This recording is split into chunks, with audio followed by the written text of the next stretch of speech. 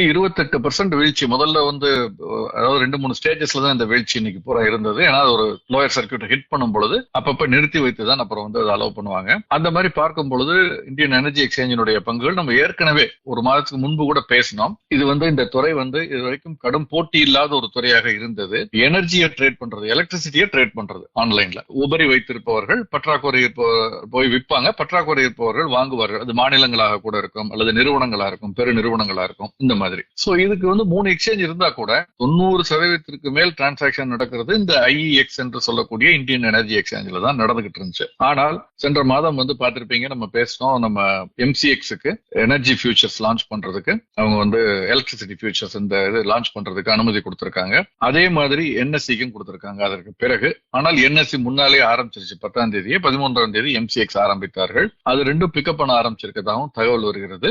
இதற்கிடையில market கப்ளிங்னு ஒரு tool பற்றி முன்னால பேசணும். ஒரு தனியா ஒரு ஏஜென்சி மாதிரி இருக்கும். அவங்க வந்து எந்த பிளாட்ஃபார்ம்ல வந்து பெஸ்ட் ரேட் கிடைக்குதோ அதை வந்து கொலேட் பண்ணி வாங்கி கொடுக்கும். அப்படிங்கும் பொழுது இந்த இந்தியன் எனர்ஜி எக்ஸ்சேஞ்சினுடைய பிரைசிங் பவர் போயிடுது. கிட்டத்தட்ட மொனோபொலி மாதிரி இருக்குது அது 90% வச்சுட்டு. பட் இதை விட குறைவாக இன்னொரு இடத்துல அதிக வால்யூம் கிடைக்கும் பொழுது தானே மைக்ரேட் ஆகிறது ஒண்ணு. இந்த மார்க்கெட் கப்ளிங் மூலமாக ஏற்கனவே பங்கு சந்தையில் இந்த மாதிரி இருக்கு. பிஎஸ்சிலையும் என்எஸ்சிலையும் நீங்க வந்து ட்ரேட் பண்ணிட்டு இருக்கீங்க. உங்களுக்கு ஒரு 1000 பங்குகள் ஒரு ஐடிசி வேணும்னு வச்சுக்கோங்க. 400 ரூபாய் இருக்கு, ஐடிசி வேணும். ஆனால் உங்களுக்கு 400 பங்குகள் தான் வந்து பிஎஸ்சில கிடைக்கும், 600 வந்து கிடைக்காது.